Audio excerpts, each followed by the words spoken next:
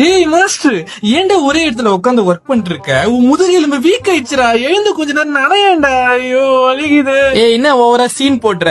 ஒரு நாள் இவன் கழுத்துல இருக்கிற ஸ்பைனா இருந்து பாடுறா. ஆல்ரெடி இவன் தலை 5 கிலோ இருக்கு. இதுல இவன் சேர்ல உட்காந்து பிசி மொபைல் எல்லாம் பார்க்கும் போது 5 கிலோ இருக்கிற இவன் தலை 22 கிலோ மாதிரி ஃபீல் ஆகுதுடா. எனக்கு எப்படி வலிக்குது தெரியுமா?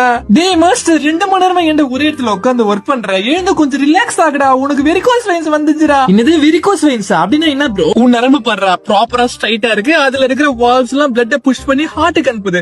ஆனா ஏன் நரம்பு போடுறா சரியா போடாத, கை முறுக்கு மாதிரி வளைஞ்சு இருக்கா. அதுல இருக்கிற வால்ஸ் எல்லாம் சரியா ஒர்க் ஆகாம பிளட் எல்லாம் பின்னாடி போய் தேங்கி நிற்குதுடா. இப்படி இருந்தா பெரிய ப்ராப்ளம் ஆகும்டா. ஐயோ ஐயா, என்ன பெரிய ப்ராப்ளம் ஆகும்? ஹார்ட் அட்டாக் வரப்போகுது வந்துட்டான். டேய், காஃப் மசில் செகண்ட் ஹார்ட்னு சொல்லுவாங்கடா. வெரிகோஸ் வெயின்ஸ் வந்தவங்க தானே தெரியும் அந்த வலி எப்படி இருக்குன்னு. நீ இவன் உடம்புல தானே இருக்க, உனக்கு சீக்கிரம் வரும்டா. என் சாப்பிடா. என்னடா சாப்பிடலாம் வர்ற? மாஸ்டர் வேற 10 மணி நேரம் உட்காந்து சிஸ்டம்ல தானே ஒர்க் பண்றான். எனக்கு வந்துருமா?